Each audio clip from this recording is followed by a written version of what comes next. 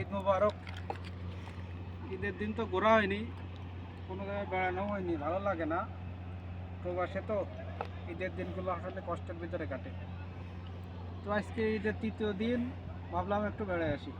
কোথায় আর যাবো, সেই পুরনো জায়গা যেখান থেকে সৌদি আরবের জীবন হওয়ার শুরু, সে আল ফ্রাইড ক্যাম্প এবং এই আলতুইক ক্যাম্প।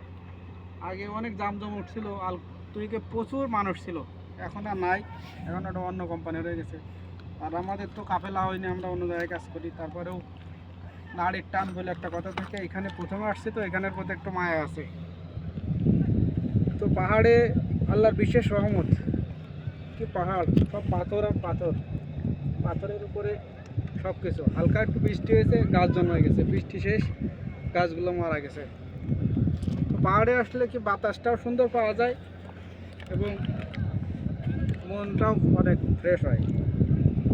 যারা সৌদি আরবে আসবেন মোটামুটি পাহাড় চড়ার অভ্যাস করবে, পাহাড়ে আসলে ভালো লাগে।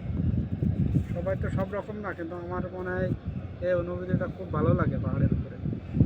এখানে দাঁড়াইলে মনে হয় ফুল জেদ্দা দেখা যায় পিছনে, জেদ্দা। আর একটু পরে সন্ধ্যা হবে, সন্ধ্যা হলে সাগর পার পর্যন্ত এখান থেকে দেখা যাবে। যাক, সবাইকে ঈদ মোবারক।